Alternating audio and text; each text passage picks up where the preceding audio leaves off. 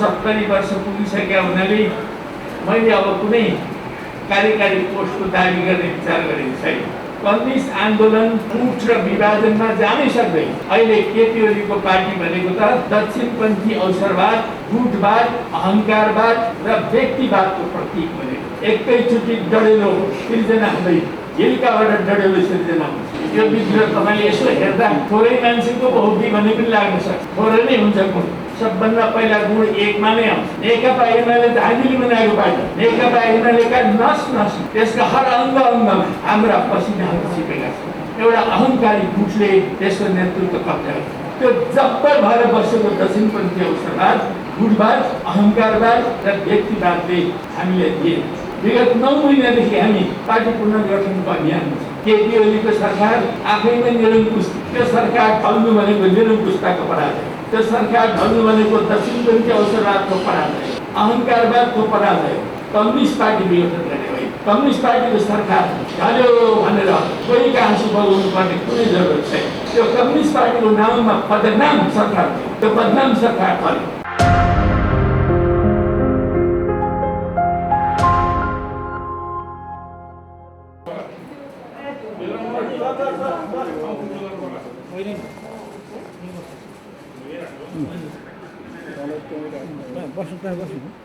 बैद्राजी बस्नुहोस् न।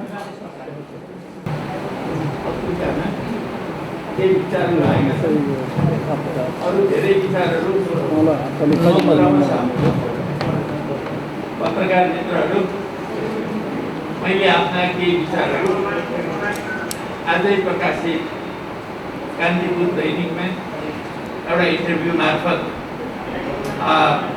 दिएको छु। त्यसले मेरा विचारहरू के हुन् भन्ने बारेमा अलिकति प्रश्न पार्छ। आज मैले दिएको वक्तव्य फेरि धन्यवाद वक्तव्य हो, मेरो कमिटमेन्ट हो। अब मैले यसैमा भनिसकेको छु, मेरो जीवन नाफाको जीवन हो, यो बोनसको जीवन हो। यो म 71 वर्ष त यसै पार गरिसकेँ।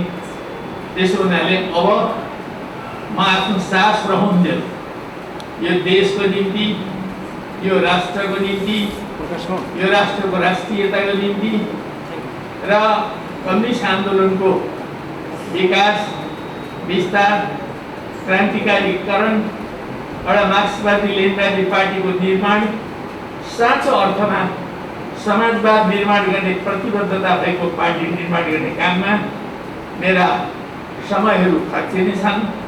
त्यसरी नै नेपालमा अझै दिगो शान्ति स्थापना भइसकेको छैन।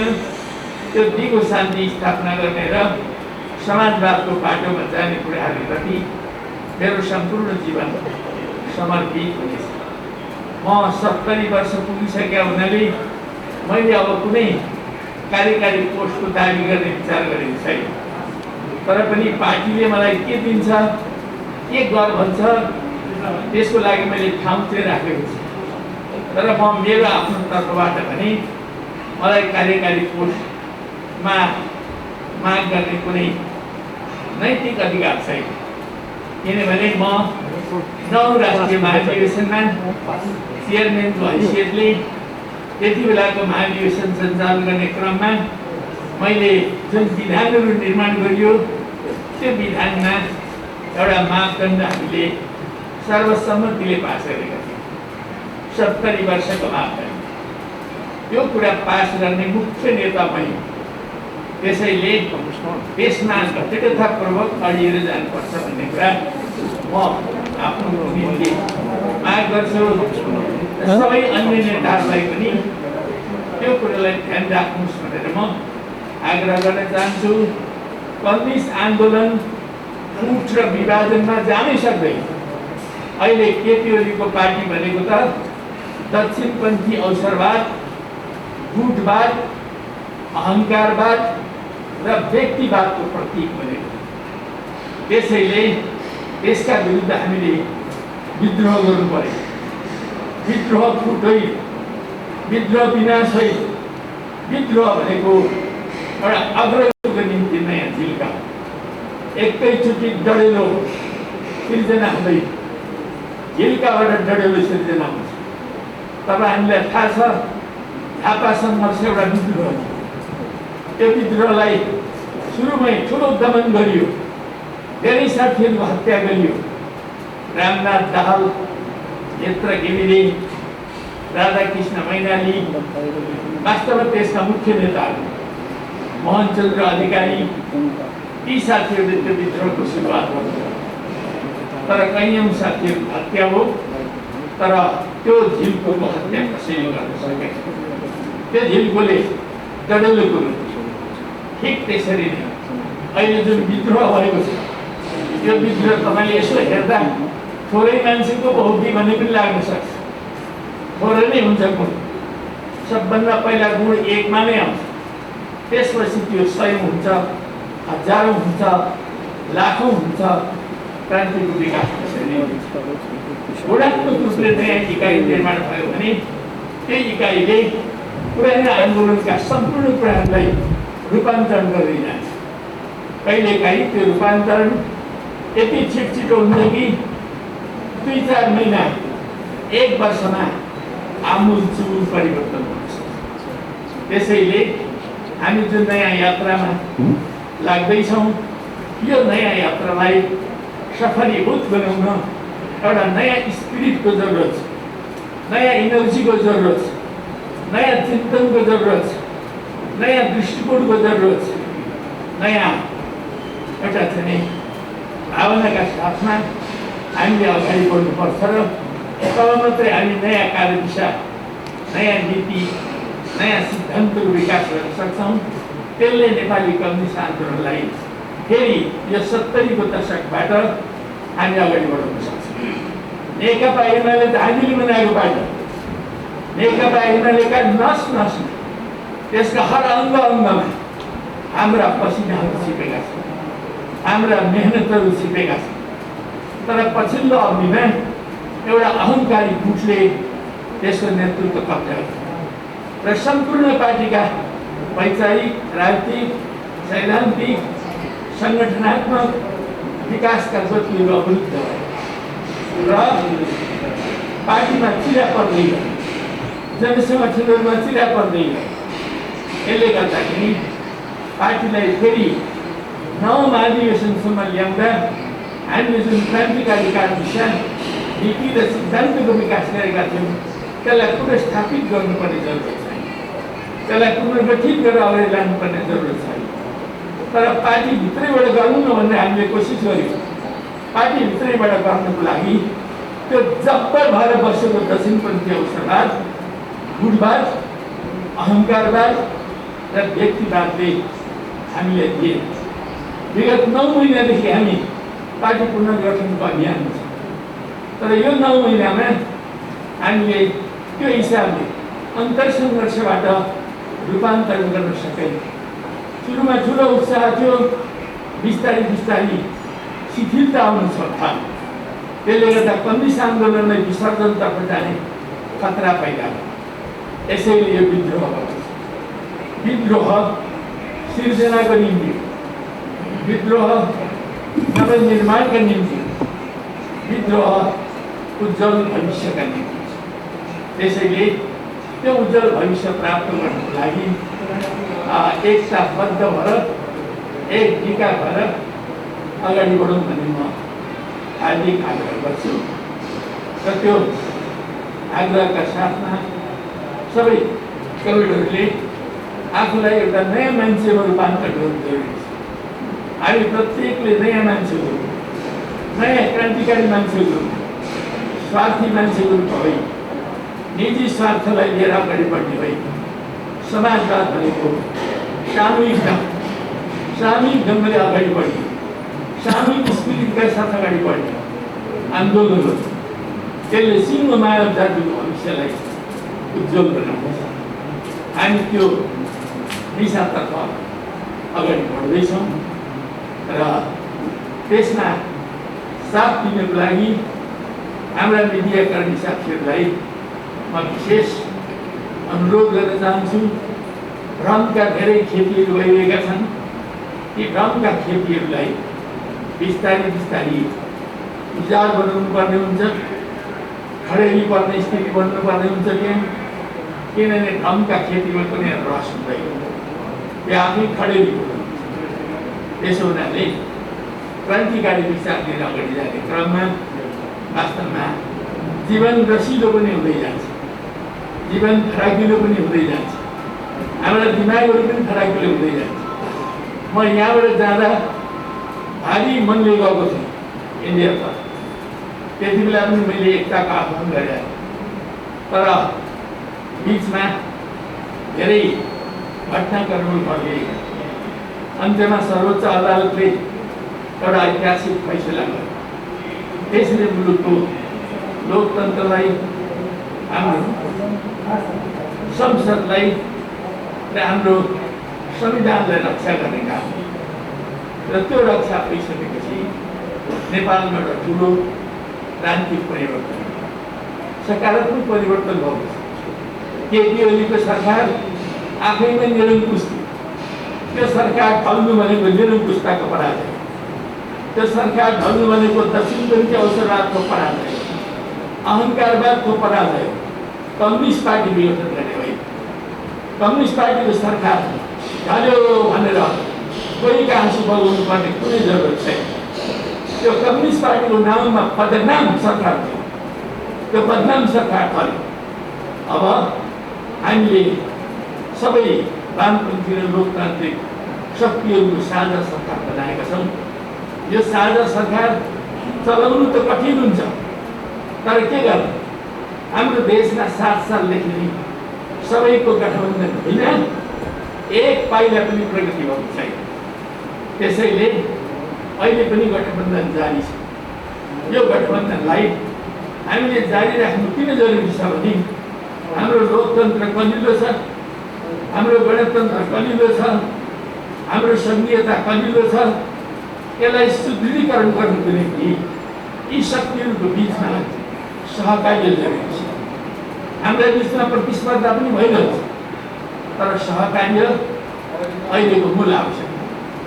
त्यो सहकार्य मार्फत हामी लोकतन्त्रलाई सुदृढ गर्दै क्रमशः संविधान बमोजिम, संविधानले गरेको दर्शन बमोजिम हामी समाजवादको बाटोमा अगाडि बढ्नुपर्छ। समाजवादले नै देश बचाउँछ, समाजवादले नै राष्ट्रलाई समुन्नतितर्फ लान्छ र समाजवादले नै एउटा उज्यालो भविष्य निर्माण हुन्छ। धन्यवाद। हाम्रो पार्टी नेपाल कम्युनिस्ट पार्टी एकीकृत समाजवादीका वरिष्ठ नेता कमरेड झलनाथ खनाल आज उहाँको दिल्लीको एपोलो इन्टरनेसनल हस्पिटलमा उपचारको गरेर अहिले स्वास्थ्य लाभ गरेर यहाँ आउनु भएको छ। म सर्वप्रथम कमरेड झलनाथ खनालको जुन किसिमको स्वास्थ्य लाभ भएको छ त्यसमा उहाँलाई हार्दिक बधाई ज्ञापन गर्न चाहन्छु। आदरणीय नेपाल कम्युनिस्ट पार्टी एकीकृत समाजवादीका अध्यक्ष कमरेड, यस पार्टीका वरिष्ठ नेता कमरेड झलनाथ खनाल, स्थायी कमिटीका कमरेडहरू, पार्टीका नेता कमरेडहरू, विभिन्न पार्टी कमिटीमा जिम्मेवारीपूर्वक अगाडि बढ्नुभएका नेता कमरेडहरू, मान्य संसद कमरेडहरू र उपस्थित सम्पूर्ण पत्रकार तथा जनसमुदायमा हार्दिक अभिवादन। आज हामी कमरेड झलनाथ खनाललाई यहाँ स्वागत गर्न उपस्थित भएका छौँ। आज एकदम हामीलाई एउटा उत्साह प्राप्त भएको छ। करिब 2 महिनाको उहाँको प्रवासमा जुन उपचार भएको थियो, हामी क्रमिक रूपमा उहाँको स्वास्थ्यको मोनिटरिङ गरिरहेको थियौँ। क्रमिक रूपमा उहाँले स्वास्थ्य लाभ गरेर अहिले यहाँ उपस्थित हुनुभएको छ। कमरेड झलनाथ खनाल अहिले उहाँले एउटा लिखित वक्तव्य तयार गर्नुभएको छ। म यो केही समय पछाडि भाषणको निमित्त अनुरोध गर्नेछु। त्योभन्दा पहिले हाम्रो पार्टीका अध्यक्ष कमरेड माधव कुमार नेपाललाई केही कुरा उहाँलाई स्वागत, अभिवादन, बधाई ज्ञापन गर्दै केही आफ्नो मन्तव्य राखिदिनु हुनको निमित्त म अनुरोध गर्न चाहन्छु। नेपाली जनताको आशा भरोसाको रूपमा नेपाली कम्युनिस्ट आन्दोलन र नेपाली राजनीतिमा उदाएको नयाँ सूर्य, नयाँ आशाको किरणको रूपमा देखा परेको नेपाल कम्युनिस्ट पार्टी एकीकृत समाजवादीका आदरणीय वरिष्ठ नेता पूर्व प्रधानमन्त्री पण्डित झलनाथ खनालज्यू, पार्टीका स्थायी कमिटी, केन्द्रीय कमिटी, माननीय सांसदहरू र विभिन्न उपस्थित आदरणीय पार्टीका कार्यकर्ताहरू, पत्रकार साथीहरू, आज हामी त्रिभुवन विमानस्थलको यस हलमा 2 महिनाको लामो उपचारबाट स्वास्थ्य लाभ गरेर फर्किनुभएका नेपाल कम्युनिस्ट पार्टी एकीकृत समाजवादीका वरिष्ठ नेता तथा पूर्व प्रधानमन्त्री पण्डित झलनाथ खनाललाई स्वागत गर्नका लागि यहाँ उपस्थित भएका छौँ। उहाँको स्वास्थ्य लाभको खबरले हामी अत्यन्तै उत्साहित भएका हौँ र अहिले जुन हिसाबले उहाँमा नयाँ विश्वास बलाएको छ, रोगलाई पनि पराजित गर्न सकिने र स्वास्थ्य लाभ गरिसकेपछि नयाँ उत्साहका साथ पार्टी जीवनलाई गतिशील बनाउने, यो हामी सबैको निम्ति खुसीको कुरा हो। उहाँको अझै पनि राम्रो स्वास्थ्य लाभको छिटोभन्दा छिटो सहज सामाजिक र राजनीतिक जीवनमा उहाँ गतिशील हुन सक्नुहोस् भनेर शुभेच्छा व्यक्त गर्न चाहन्छु। हामी सबैलाई थाहा छ कि यो किडनी ट्रान्सप्लान्ट गर्ने कुराको सन्दर्भमा नै उहाँ दिल्ली, भारतको दिल्ली जानुभएको थियो र बडो सहजताका साथ शल्यक्रिया भयो र उहाँले अत्यन्तै छिटो स्वास्थ्य लाभ पनि हासिल गर्नुभयो। अहिले उहाँ हाम्रो सामुमा उपस्थित हुनुभएको छ। अहिले उहाँले अझै केही समय यति लामो यात्राबाट आइसकेपछि आराम गर्नुपर्ने हुन्छ। यस अर्थमा उहाँको लिखित वक्तव्यहरू यहाँ तपाईँहरूको समक्ष राखिने पनि छ। मैले यति भन्न चाहन्छु कि हामीहरू अहिले नयाँ यात्रामा अगाडि बढेका छौँ। नेपालको कम्युनिस्ट आन्दोलनलाई पुनर्गठन गर्ने नयाँ अभियानमा जुटेका छौँ। कम्युनिस्ट आन्दोलनमा समय समयमा यस्ता समस्याहरू देखा पर्ने गरेका छन्। यो पहिलो पटक देखिएको समस्या होइन। 2014 सालमा पनि ती समस्या देखिएका थिए। पार्टीलाई दक्षिणपन्थी भाषमा तत्कालीन महासचिवले पुर्याउने काम गरेका थिए। पार्टीको क्रान्तिकारी धारलाई भुत्ते बनाउने काम गरेका थिए। फलस्वरूप त्यो पार्टी गतिहीन हुँदै गयो, शिथिल हुँदै गयो, दक्षिणपन्थी भाषमा भाषिँदै गयो र त्यसले जनताको विश्वास गुमाउँदै पनि गयो। अनि बिस्तारै त्यो पार्टी अझै निरङ्कुश निर्दलीय पञ्चायती व्यवस्थाको समर्थक भएर, त्यसको पक्षपोषक भएर देखा परिसकेपछि नेपाल कम्युनिस्ट पार्टीका संस्थापक महासचिव कर्ण पुष्पलालले त्यसका विरुद्धमा विद्रोह गर्ने सङ्कल्प गर्नुभयो र विद्रोह गर्ने उहाँको सङ्कल्प अनुसार कम्युनिस्ट आन्दोलनको एउटा नयाँ प्रवाहको रूपमा एउटा नयाँ शक्ति उदय भयो। त्यसले बेग्लै किसिमको उत्साह सृजना पनि गर्यो। कम्युनिस्ट आन्दोलनको पुनर्गठनको प्रक्रिया अगाडि बढ्यो।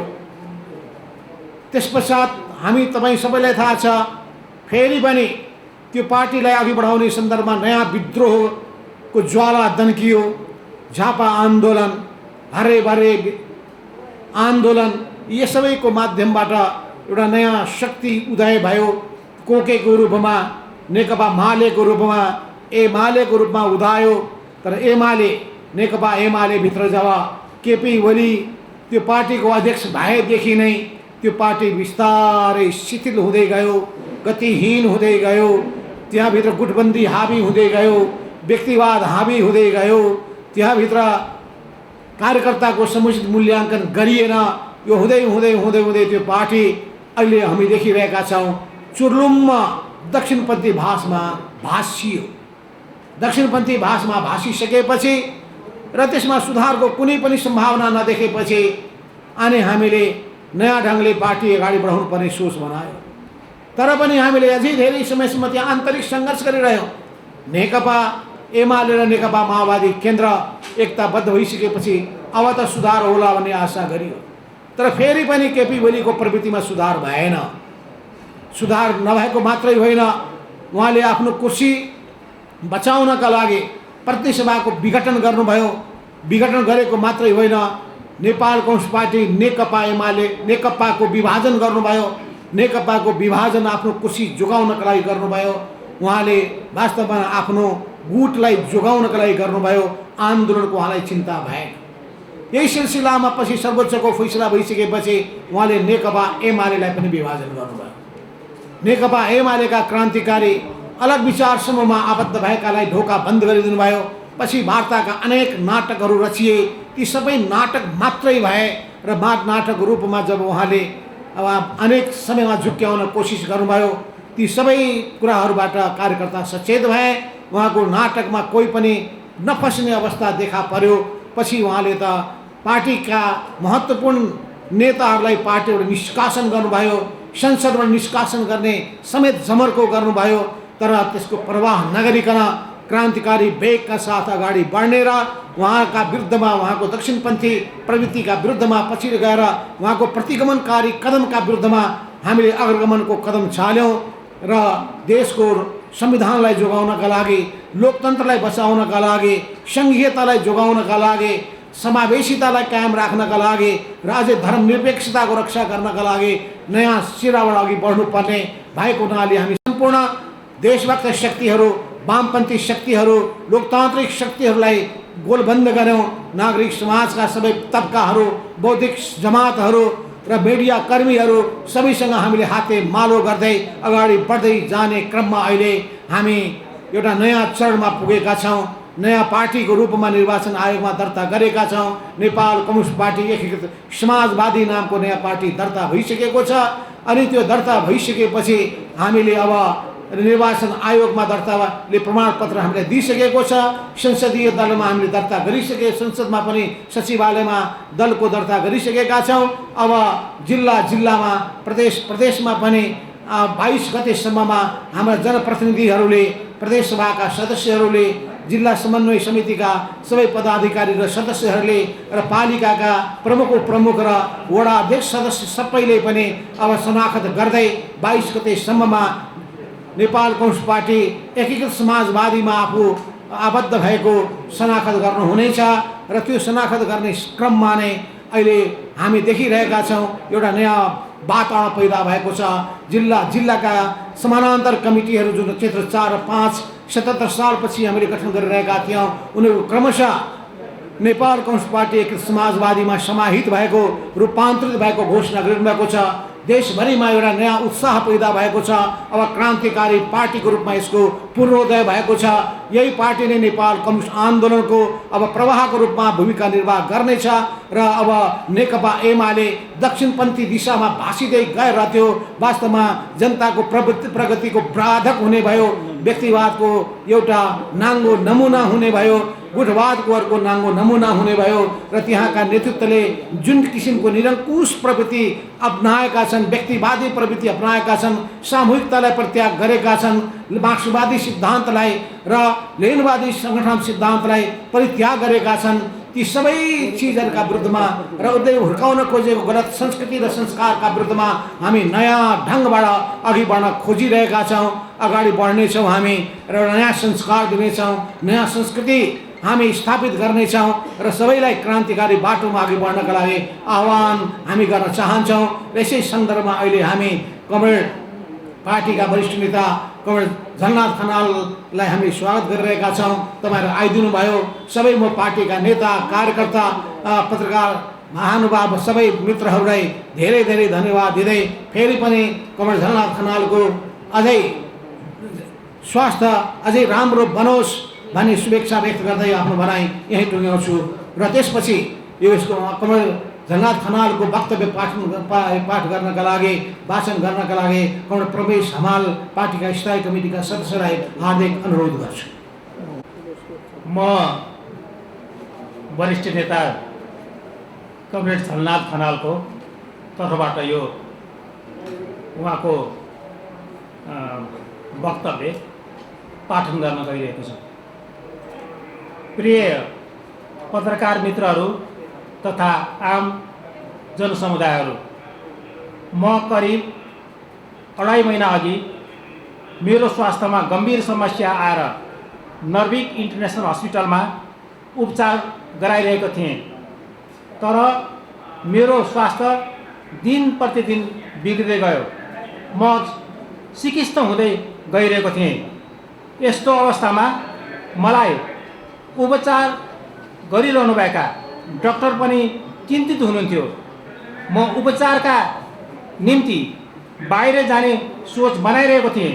ठिक त्यही बेला मलाई भेट्न पार्टीका युवा पुस्ताका नेताहरू आउनुभयो। मेरो अवस्था देखेपछि उहाँहरूले तुरन्त भारत जाने सल्लाह दिनुभयो। उहाँहरूले तत्कालीन प्रधानमन्त्री केपी शर्मा ओलीको सरकारसँग पनि कुरा गर्नुभयो।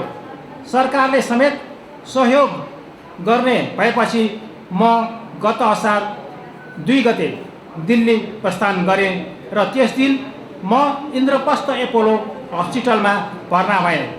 त्यसपछि मेरो सघन उपचार अघि बढ्यो।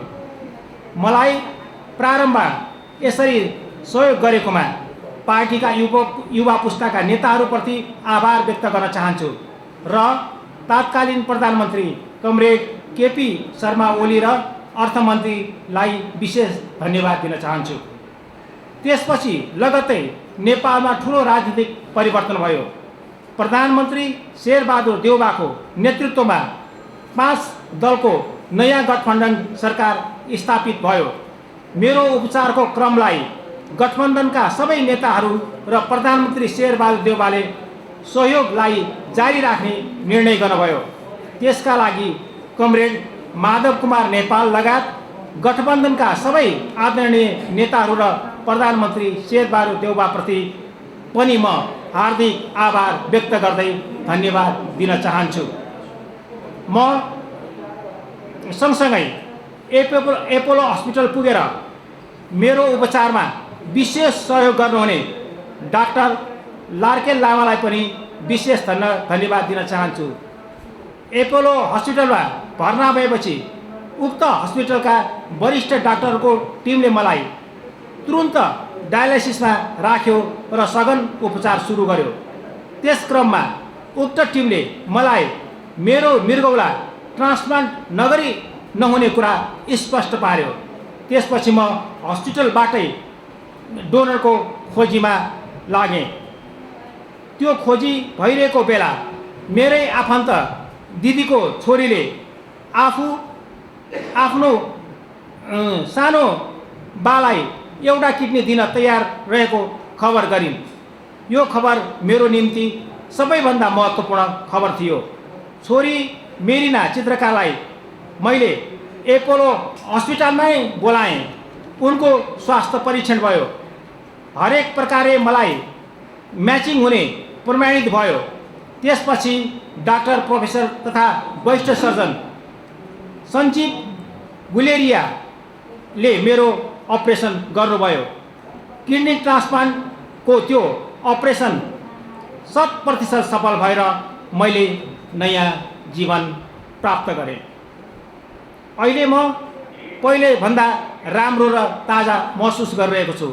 मलाई यस्तो सङ्कटको घडीमा आफ्नो एउटा किडनी दिएर मलाई बचाउने मेरी प्यारी छोरी मेरिना चित्रकारप्रति सदाको लागि आभार व्यक्त गर्न चाहन्छु। उनको स्वास्थ्यको उत्तरोत्तर प्रगतिको कामना पनि गर्न चाहन्छु। साथै एपोलो हस्पिटलमा मेरो उपचारमा खटिने डाक्टर वरिष्ठ डाक्टरहरू, मेरो उपचारमा खटिने doctor Akhil Mishra, doctor Sanjeev Guleria, doctor JM Duba, doctor Gaurav Sagar र डाक्टर आसुमान अग्रवाल लगायतको टिमलाई म हार्दिक धन्यवाद र आभार व्यक्त गर्न चाहन्छु। त्यसरी नै मेरो स्वास्थ्य सेवामा खटिने सबै सिस्टरहरू र हस्पिटल प्रशासनलाई पनि म धन्यवाद दिन चाहन्छु। साथै मेरो स्वास्थ्यको बारेमा चासो राख्ने तथा स्वास्थ्य लाभको कामना गर्नुहुने पार्टीका आदरणीय नेताहरू, कार्यकर्ताहरू, मिडिया कर्मीहरू, समर्थक र शुभेच्छुकहरू, मेरा आफन्तहरू र म प्रति चिन्ता र शुभेच्छा व्यक्त गर्ने इलामका सबै कमरेडहरू र सबै दाजुभाइ दिदीहरू बहिनीहरूप्रति पनि हार्दिक धन्यवाद दिन चाहन्छु।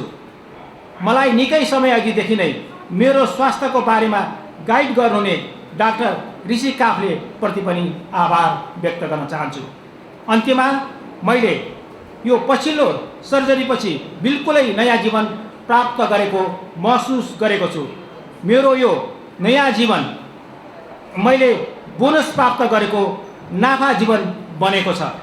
अब मेरो यो बाँकी जीवन देश, जनता, मुलुकको राष्ट्रियता, लोकतन्त्रको सुदृढीकरण, संविधानको रक्षा, राष्ट्रिय एकता, सही वैज्ञानिक राजनीतिक कार्यदिशाका आधारमा कम्युनिस्ट आन्दोलनको नयाँ स्तरको एकता, दिगो शान्ति र नेपाली मोडलको समाजवाद प्रति प्रतिबद्ध रहनेछ।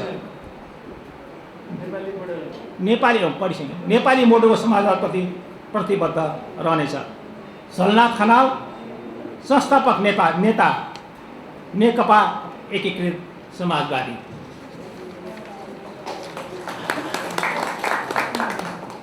मेरा विचारहरू सरकारले आज कान्तिपुरमा कान्तिपुर